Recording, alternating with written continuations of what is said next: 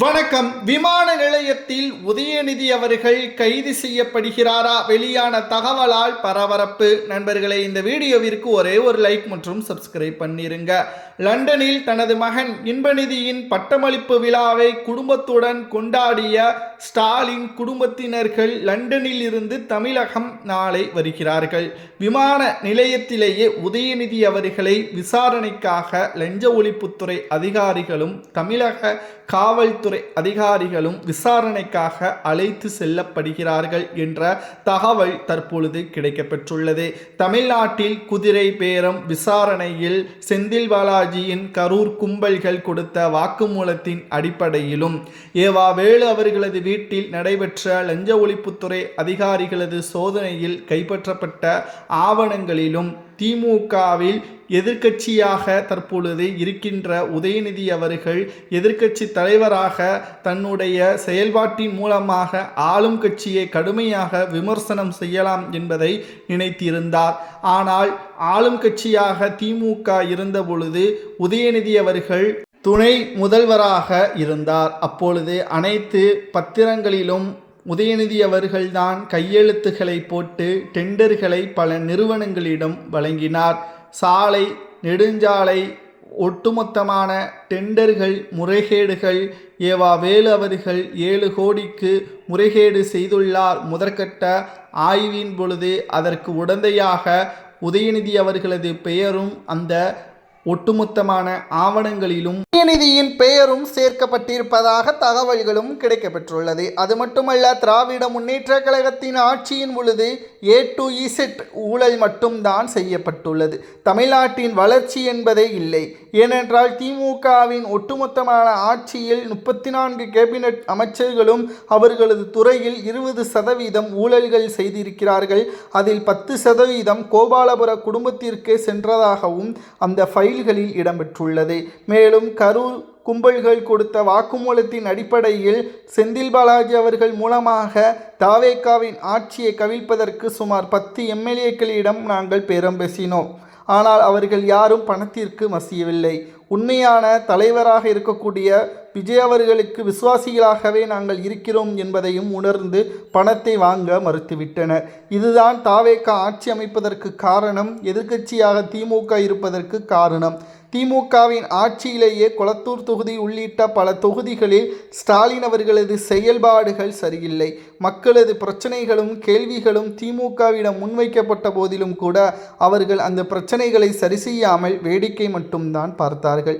இப்பேற்பட்ட ஒரு சூழலில் திராவிட முன்னேற்ற கழகத்தின் ஆட்சி வேண்டாம் என்று கூறிதான் மக்கள் திமுகவை முழுவதுமாக புறக்கணித்து இப்பொழுது எதிர்க்கட்சியாகவும் குறிப்பாக ஸ்டாலினை எம்எல்ஏவாக கூட வரவிடாமல் சட்டசபைக்கு செல்லவிடாமல் கொளத்தூரில் முதல் சுற்றில் இருந்தே தோல்வியை தழுவ வைத்து விட்டார்கள். உதயநிதி அவர்களும் மனம் தாங்க முடியாமல் தோல்வி அடைந்துவிட்டோம் என்பதை டிவியை உடைத்து கோபப்பட்டு மாஜி அமைச்சர்களை கண்டித்து பல விரக்தியிலும் இருந்தார். ஆனால் நடக்கப்போவது எல்லாம் நன்மைக்கே. இனியும் காலதாமதம் ஆகாமல் மக்களுக்கு உண்மையான ஆட்சியை கொடுக்க திமுக தயாராக இருக்கும் என்பதை மக்களிடம் தெரிவித்தார்கள். ஆனால் ஆளும் கட்சியோ திமுக செய்த ஊழல்கள் ஒவ்வொன்றையும் அரசு உயர் அதிகாரிகளுக்கும் இதில் தொடர்பு இருப்பதாக குற்றம் சாட்டி விசாரணையை நாளுக்கு நாள் அதிகமாகிக் கொண்டேதான் இருக்கிறார்கள். இதனால் உதயநிதி அவர்கள் நினைத்தது எதுவும் நடைபெறவில்லை.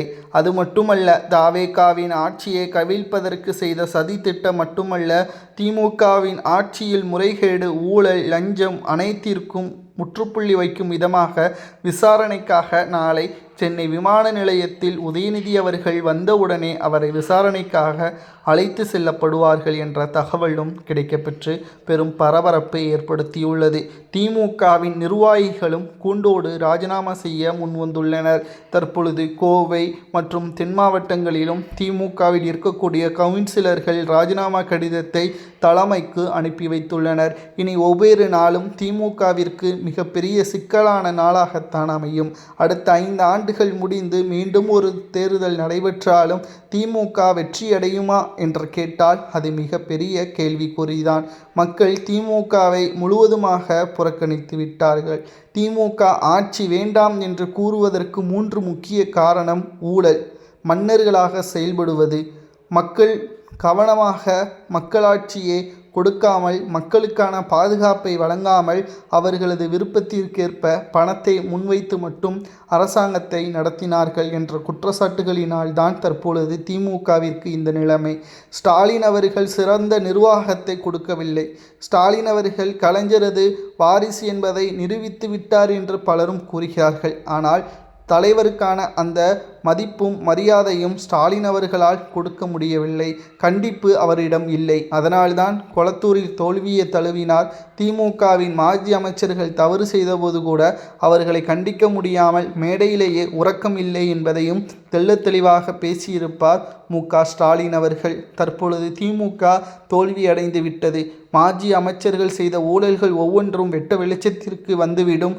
அது மட்டுமல்ல, சிறையில் அடைக்கப்பட்டால் ஒரு மாஜி அமைச்சர் சிறையில் அடைக்கப்பட்டால் போதும், மற்ற மாஜி அமைச்சர்கள் அனைவரும் கூண்டோடு சிறையில் அடைக்கப்படுவார்கள் என்ற காரணத்தால் தற்பொழுது பாஜகவை தேடி செல்ல உள்ளதாகவும் தகவல்கள் கிடைக்கப்பெற்றுள்ளது.